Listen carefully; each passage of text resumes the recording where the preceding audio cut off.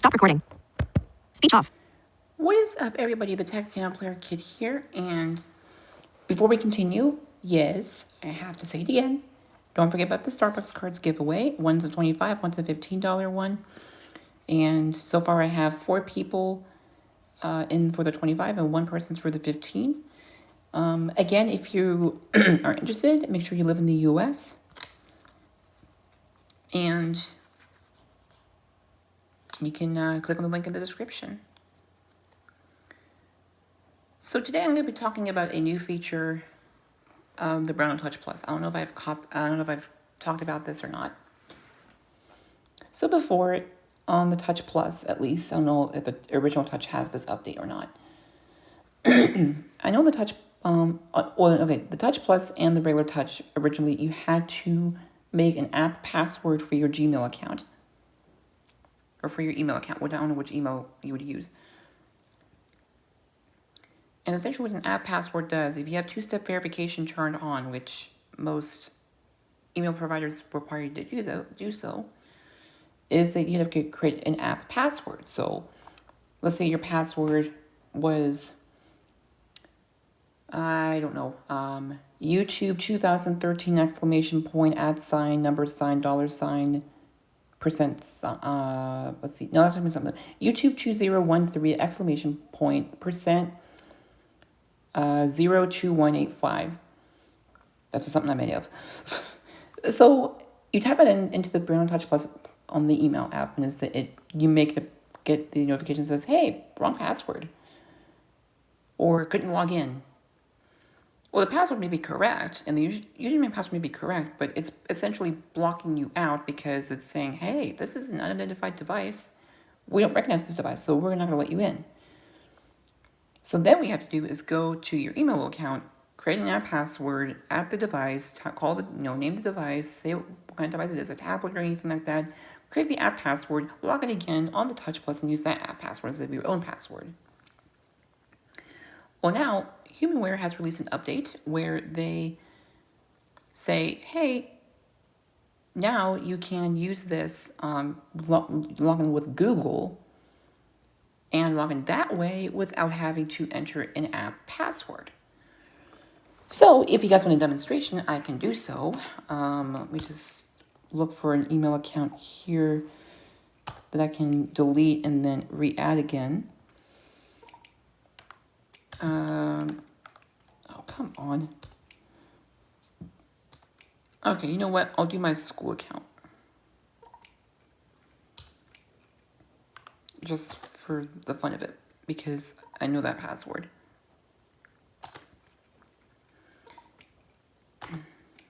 So first I'm going to go to delete this account. Now I'm doing this because I already have an add-on here, but I'm going to show you how to actually to do this. So I'm going to go to the options menu, or to the settings menu by doing enter with Q. This is on the Touch Plus. I don't know if it'll work on the original Touch itself, but you can try. If it doesn't, then do the old-fashioned way, which is space with O, and go to settings.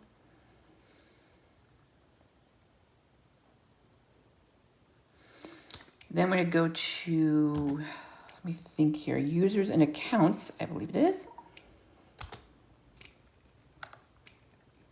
And then we're going to go to my school account. Whoops, just skipped it. And then I'm going to go to remove account. And then remove account again. And now it's gone. Okay. So now let's pretend I never did that. I never added the school account. Speech on. Email. So we'll go to email. New message. Louder. Okay. Add account.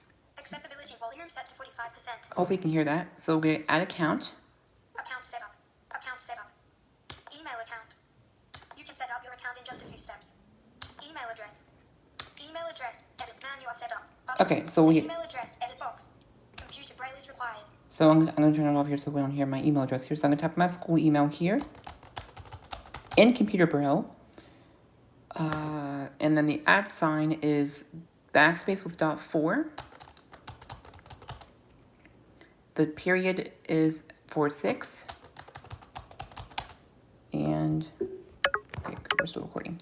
And make sure you have it correctly. It is going to have to be an uncontracted Braille. And then we'll click Speech on. next. It's thinking. Manual setup. Button. Next. Button. What? What? Hold on. Oh. Speech on. Personal POP3 button. Personal email button. Okay, sorry, I didn't tell you what was going on there. So that's asking, is this a personal POP3, personal IMAP, or Exchange button. exchange? Personal email We're button. going to select personal IMAP. Password edit box. Computer braille is required. Okay. Now the password. Do not type it here. Dot. Just deleted. Or. Sign in with Google button. We're going to click on sign in with Google. Edit box. Requesting authorization. Okay, so requesting. FCCC. Ah! Okay, so now it will take you to an external it looks like an external website, but it's not really external.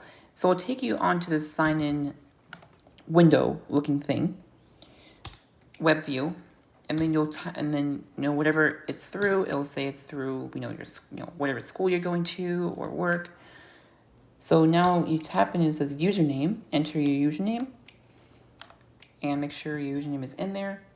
So your username is not your email address. So if it's your email, you'll have it already there. But if it's a username, that's your account name, essentially. So we'll type that in. And then password, again, computer braille, so I'll go and type that in. Whoops. I know my passwords are super long. And then login. It may take a little bit. And then it says requesting authorization. Then it says, something, with WebView. Then it says, oops.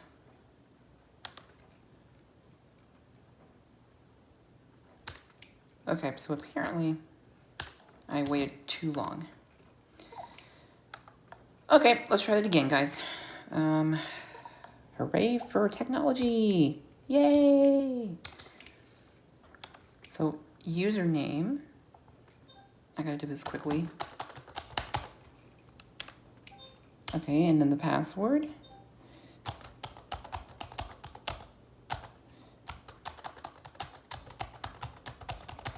And then we'll hit enter. Do that too. Requesting authorization, request, it says request for permission. Okay, now it says request for permission, WebView, Google. Keymell wants to access your Google account. Heading level 1, it'll say your email. This will allow to read, complete, send, and permanently delete all your email from Gmail. By clicking allow, you allow this app and Google to use your information in accordance with their respective privacy policy. Okay, this is privacy policy, it's a link. You can change this and other account permissions at any time. And that's basically saying, you can do this, you can delete emails and stuff, blah, blah, blah, blah, blah. We'll click allow. And now it says account setup. Then you get the security alert saying, hey, someone signed into your account. We're going to ignore that because we know it's us. We're going to continue through here the setup process. So far it looks good and signed in. Okay, now we have to go to their server. Is it the server? And we need to change this. Since we know it's through Google, we're going to delete what it has there, what it created, what it shouldn't have done. I don't know why it does that. And type in imap.gmail.com. Security type, I would change this to SSL SSL/TLS, unless someone says otherwise. Whoops. IMAP prefix, I usually leave that alone. Next, validating, and that one really quickly. Account setup again.